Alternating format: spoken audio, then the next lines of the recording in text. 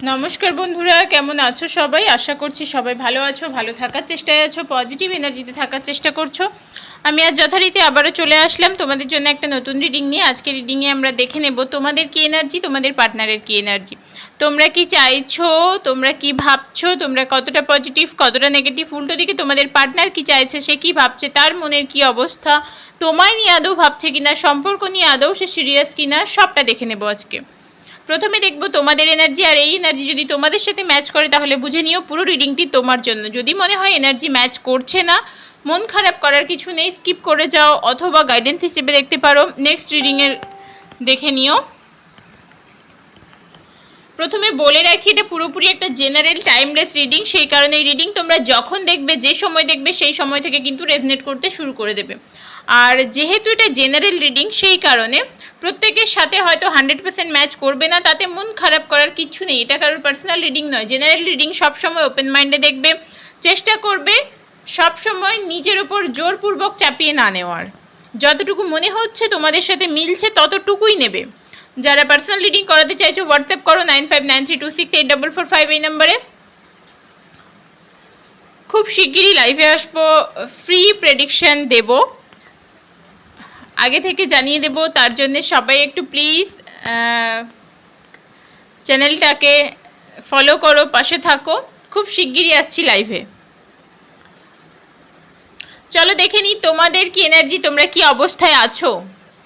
তোমাদের জীবনে এমন কোনো ব্যক্তি প্রবেশ করেছে যে তোমাদের জীবনে নেগেটিভিটি ছড়াচ্ছে। এমন কোনো ব্যক্তির সাথে তোমার বন্ধুত্ব হয়েছে, বা এমন কোনো ব্যক্তির সাথে তুমি কথাবার্তা বলছো, মিশছো, একসাথে কাজ করছো, ঘুরছো ফিরছো, এমন কোনো বন্ধু তোমাদের লাইফে প্রবেশ করেছে, বা বন্ধু বললে ভুল হবে, বন্ধু বেশি, শত্রু বললেই ভালো হবে। সেই মানুষটি কিন্তু প্রচণ্ড নেগেটিভিটি তৈরি করছে তোমাদের মধ্যে, তোমার মনের মধ্যে, তোমার পুরো জীবনযাত্রায় নেগেটিভিটি ছড়াচ্ছে। এই সমস্ত মানুষদের থেকে একটু দূরে থাকার কথা বলবো। জাস্টিসের কার্ড এসেছে, তোমরা জাস্টিস প্রে তো অবশ্যই করছো। তোমরা এটা চাইছো যে সব ভালো হোক। তুমি যা করেছো, তুমি যদি কোনো দোষ না করে থাকো, তাহলে তুমি কেন শাস্তি পাচ্ছ, এই ধরনের একটা মানসিকতা তোমাদের মধ্যে আছে। আবারও বলছি, একটু সাবধানে পা ফেলার চেষ্টা করো, একটু দেখে বুঝে শুনে মানুষের সাথে মেশো। কোনো মানুষ আছে যে তোমার ওপরে ওপরে ভীষণই ভালো দেখায়, কিন্তু ভেতর থেকে সেই মানুষটাই তোমার ক্ষতি করে দিচ্ছে, তুমি বুঝতেও পারছো না।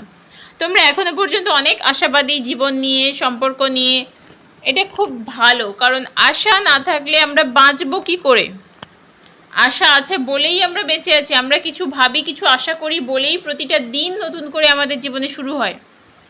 ভবিষ্যতের কথা ভাবো, ভবিষ্যতের কথা ভাবা প্রয়োজন তোমার এই মুহূর্তে, সেটা ডিভাইনের তরফ থেকে বার্তা। জাস্টিস প্রে করছো, এটা খুবই ভালো কথা। আমি বলবো নিজেদেরকে একটু ঈশ্বরের পায়ে, আল্লাহর পায়ে সমর্পণ করতে, ওনার কথা ভাবতে, ওনার কাছে নিজেকে সঁপে দিতে।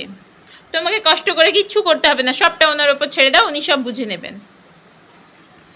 কারণ আজকের দিনে তোমাদের যে এনার্জি, আজকের দিনে দাঁড়িয়ে তোমরা মনের মধ্যে একটা তিক্ততা পুষে রেখেছো, একটা চাপ অনুভব করছো, সেটা করার কোনো প্রয়োজন নেই। ডিভাইনের তরফ থেকে বার্তা, তুমি সব কিছু ওনার উপর সঁপে দাও, ওনার কাছে সঁপে দিয়ে তুমি নিশ্চিন্তে থাকো। তুমি তোমার ভবিষ্যৎ নিয়ে ভাবো, ভবিষ্যতে কি করা, মানে তুমি আজ কি করলে তোমার ভবিষ্যৎ ভালো হবে সেটা ভাবো। তোমরা কাউকে প্রপোজ করতে চাও বা কোনো কথা জানাতে চাও, বলতে চাও, সেটা ভয়ে বলতে পারছো না। শুধু এই নয় যে শুধুমাত্র প্রেম নিবেদন করা, কোনো কথা হয়তো কোনো মানুষকে বলতে চাও, বোঝাতে চাও, জানাতে চাও, কিন্তু সেটা ভয়ে বলতে পারছো না, কোনো ভয় কাজ করছে মনের ভেতরে। আমি বলবো এই ভয় শঙ্কা দূরে সরিয়ে দিয়ে যা বলতে চাও বলে দাও। এটা সঠিক সময় বলে দেওয়ার জন্যে। মানুষটি যদি সত্যি তোমার জন্য তৈরি হয়ে থাকে, বা সেই মানুষটি যদি তোমার কথা বোঝার মতো ক্ষমতা ধরে থাকে, তাহলে সে অবশ্যই বুঝবে। এই সময় সঠিক সময় সেই মানুষটিকে বলার। তুমি কোনো মানুষকে যা বলতে চাও, বোঝাতে চাও, সেটা বলে দাও। কোনো কারণে ভয় পেয়ে পিছিয়ে আছো সেটা বুঝতে পারছি, কিন্তু আমি আবারও বলবো যে যা বলার আছে, যা জানানোর আছে বলে দাও, সঠিক সময় বলে এটা ডিভাইনের তরফ থেকে বলা হচ্ছে। নিজেদেরকে নিয়ে আবারও বলা হচ্ছে বেশি বেশি করে ভাবতে, সেলফ লাভ করতে, নিজের কথা ভাবতে, নিজেকে ভালোবাসতে। নিজেকে ভালোবাসো, নিজের কথা ভাবো, নিজেকে একটু বেশি করে সময় দাও। স্পিরিচুয়াল লাইফ কাটাও, একটু ঈশ্বরের নাম করা, আল্লাহর নাম করা, ওনার গুণগান করা, ওনার কথা ভাবা, অন্যের কথা চিন্তা করে, অন্যের কথা ভেবে কষ্ট না পেয়ে একটু ভগবানের কথা, আল্লাহর কথা, গডের কথা ভাবো, তবে জীবনে পরিবর্তন আসবে। আজকে তোমরা যে জায়গায় দাঁড়িয়ে আছো, 1 মাস পরে তোমরাই এসে আমার ভিডিওর নিচে কমেন্ট করবে, দিদিভাই সত্যি আমি ভালো আছি তোমার গাইডেন্সে, সত্যি আমি চেঞ্জ করে ফেলেছি নিজেকে। এরকম অনেকে বলেছে, আমি সত্যি ভীষণ ভালো, মানে ভীষণ খুশি হই এই কথাগুলো শুনলে, যে নিজের ভালোটা বুঝতে পেরেছো। কারণ আজকের দিনে যে সময় তোমাদের লাইফে এসছে, সেই সময়টা পেরিয়ে গেলে কিন্তু তুমি পাবে না। সময় কারোর কথা শুনে চলে না, আর ফেরতও আসে না। যে সময় একবার চলে যায় সেই সময়টাকে আমরা ফেরত পাবো না। সেই কারণে বলছি, নিজের কথা ভাবো, নিজেকে ভালোবাসো। আবারও বলবো, যেসব মানুষের সাথে নিজের সিক্রেট শেয়ার করছো, একটু ভেবে চিন্তে করো, অনেক মুখোশধারী মানুষ তোমার চারপাশে ঘুরে বেড়াচ্ছে। চলো দেখে নি তোমাদের পার্টনার কি ভাবছে, কি চাইছে, তার কি চিন্তা ভাবনা, সে কেমন আছে। তোমাদের অনেকেই লেস কন্ট্যাক্টে আছো। আজকে যারা রিডিং দেখছো তাদের অনেকের মধ্যে অন অফ সিচুয়েশন চলছে, একবার কথা হচ্ছে 2 মাস চলে যাচ্ছে, হয়তো মেসেজ করছো উত্তর পারছো না ঠিক মতো, এই ধরনের অবস্থা চলছে। তোমার পার্সন না জাজমেন্ট প্রে করছে ভীষণভাবে, ও আর পারছে না, ওর জীবনে অতিষ্ঠ হয়ে গেছে, ও নিজে প্রতারিত হয়েছে, ওর জীবনে টাওয়ার মুভমেন্ট চলছে, সে আর পারছে না, ভীষণ অস্থির হয়ে আছে, একটু একা থাকতে চায়, নিজের জীবনে একটু শান্তি ফিরে চায়, শান্তি ফিরে পেতে চাইছে, সে নিজের জীবনে অস্থির হয়ে গেছে, সেই কারণে জাজমেন্ট প্রে করছে, বলছে ঈশ্বর আমাকে জাজমেন্ট দাও, আর পারছি না, আমি আর কিছুতেই পারছি না, এই উথাল পাথাল এই জীবনের যে টানাপোড়েন সেটা আমাকে ভীষণ যন্ত্রণা দিচ্ছে। কারণ তোমার পার্সন না নিজের মানুষের থেকে প্রতারিত হয়েছে, যাদের কাছ থেকে সে প্রতারিত হয়েছে সে কোনোদিন কল্পনাও করতে পারেনি সেই মানুষগুলি তাকে ঠকাতে পারে, কষ্ট দিতে পারে, যন্ত্রণা দিতে পারে। ভীষণ কষ্ট পেয়েছে, ভীষণ যন্ত্রণা পেয়ে আছে, মনের ভেতরটা ছারখার হয়ে যাচ্ছে। কুইন অফ কাপসের এনার্জি এসেছে, কুইনের এনার্জি এসেছে, মনের ভেতরটা একেবারে পুরো ছারখার হয়ে যাচ্ছে, কিন্তু কাউকে বলতে পারছে না, কারণ ও তোমার কাছে এসে বলতে পারছে না, যার কাছে বলবে ভেবেছিল তার কাছেও বলতে পারছে না, কারণ সে প্রতারিত, কাছের মানুষের দ্বারা প্রতারিত। হ্যাংম্যান কি ইন্ডিকেট করে জানো? দোটানায় ভুগছে, আসবে, ফিরে আসবে নাকি আসবে না, তোমার সাথে কথা বলবে, যোগাযোগ রাখবে নাকি রাখবে না। ও নিজে ভীষণ রকমের ঘেঁটে গেছে এক কথায়।